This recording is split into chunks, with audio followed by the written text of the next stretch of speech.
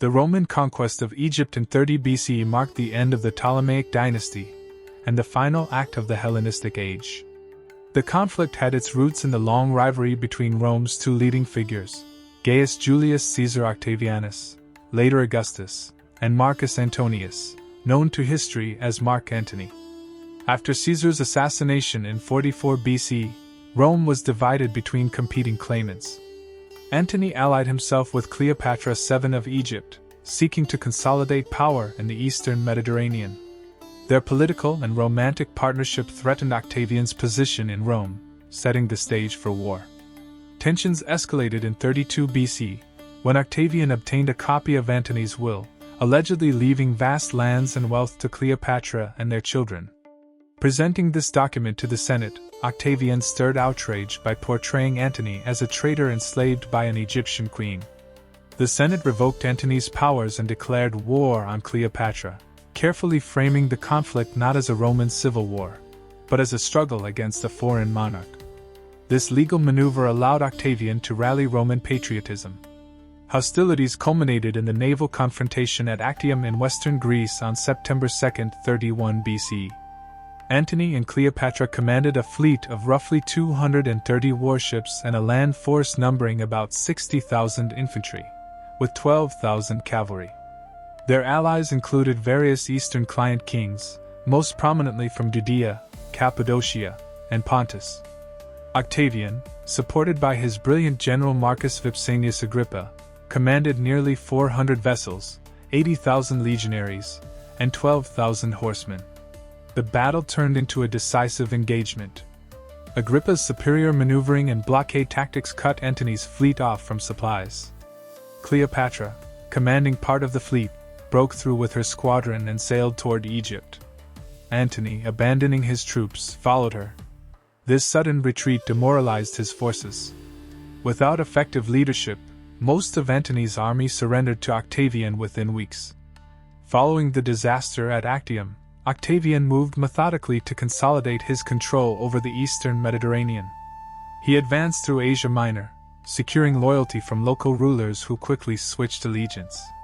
By the summer of 30 BC, he marched on Alexandria, the heart of Ptolemaic Egypt. The city, founded by Alexander the Great and renowned for its library, lighthouse, and wealth, represented the last stronghold of Cleopatra's kingdom. Antony attempted to organize resistance, rallying approximately 30,000 infantry and several thousand cavalry, but morale was low. Many of his veterans, weary of years of civil conflict, defected to Octavian. On July 31, 30 BC, Octavian's forces stormed the suburbs of Alexandria. Skirmishes erupted, but the outcome was never in doubt.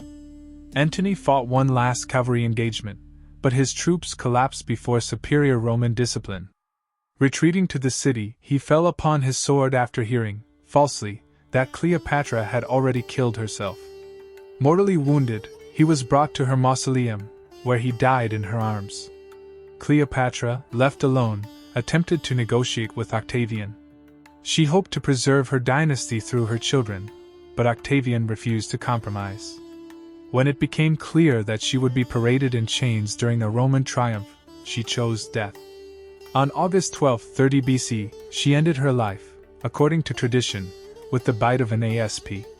With Cleopatra's death, Egypt became a Roman province under Octavian's direct control. Unlike other territories, it was administered as the emperor's personal estate, governed by a prefect of equestrian rank rather than a senator.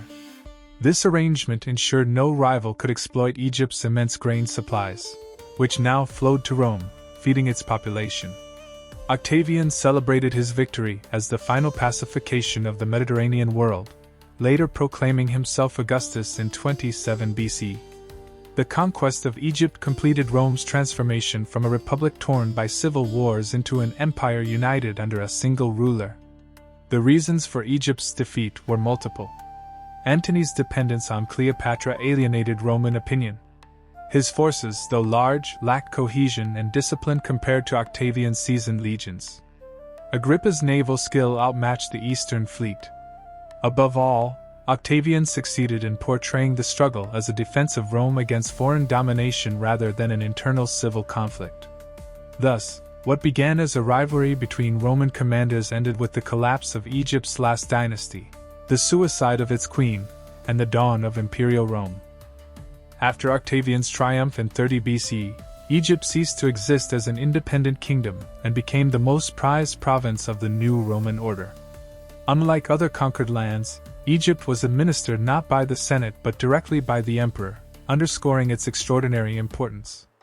Control of the Nile's harvest guaranteed a stable grain supply for Rome's population, ensuring that no rival politician could use Egyptian resources to challenge imperial power.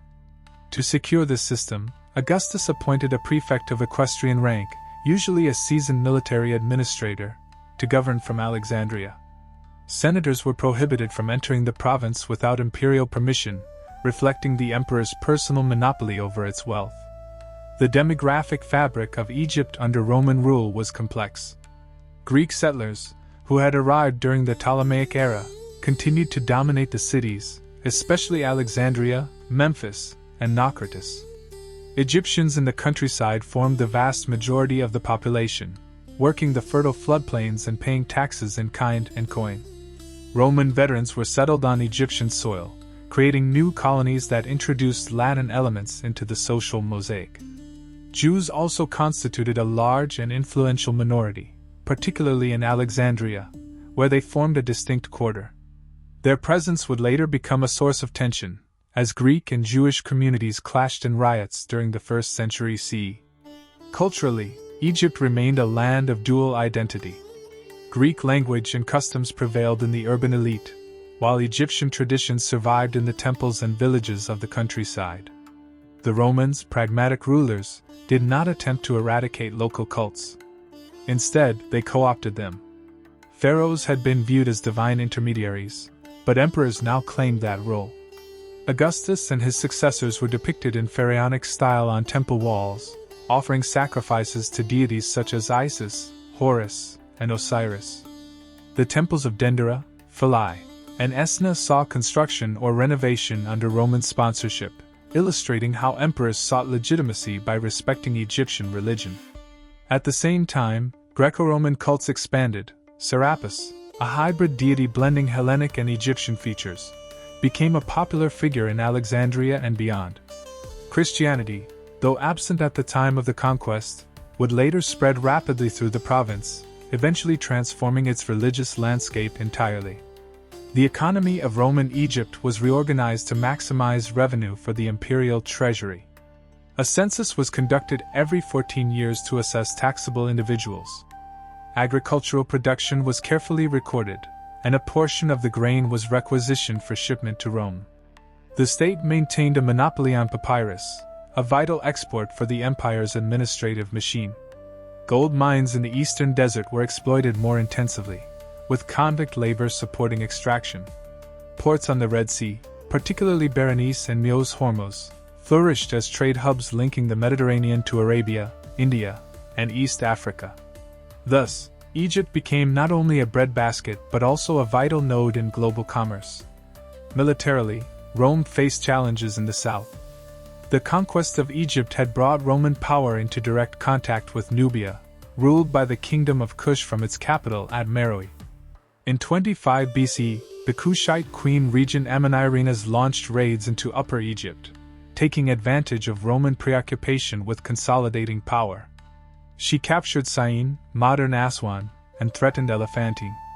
The Roman prefect Gaius Petronius responded with a counteroffensive.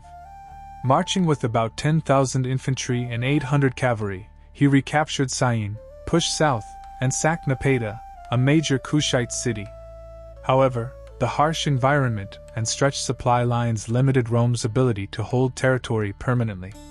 Petronius established a frontier at Primis, Khazar-Ibrim, fortifying it as the southernmost Roman outpost. The conflict with Kush did not escalate into prolonged war. Around 21 BC, a peace treaty was concluded between Rome and Kush. The terms were remarkably favorable to the Nubians. Rome withdrew from certain areas south of Syene, and Kush retained autonomy in exchange for recognizing Roman supremacy. The frontier stabilized near the first cataract of the Nile, creating a buffer that endured for centuries. This agreement demonstrated Rome's pragmatic diplomacy when outright conquest was impractical. Religious dynamics in the south reflected this frontier balance. The island temple of Philae, dedicated to Isis, remained an active cult center well into the Roman period, serving both Egyptian and Nubian worshippers. Even when Christianity later spread through Egypt, Philae persisted as a stronghold of traditional religion until the 6th century CE, underscoring the endurance of local traditions despite imperial oversight. The succession of Egypt into Roman hands thus produced profound transformations.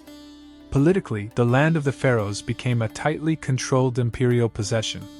Demographically, it hosted a mosaic of peoples: native Egyptians, Greeks, Jews, and Romans. Culturally, it embodied a synthesis of traditions, blending local gods with Roman authority while nurturing new movements that would eventually reshape the empire. Economically, it fed Rome, enriched its coffers, and connected it to distant markets. Militarily, the province tested the limits of expansion, drawing Rome into encounters with Nubia and forcing a settlement that balanced power with practicality. The fall of Cleopatra had marked the end of an era. Under Roman rule, Egypt entered a new chapter as the empire's jewel, simultaneously preserving its ancient character and integrating into a wider imperial framework.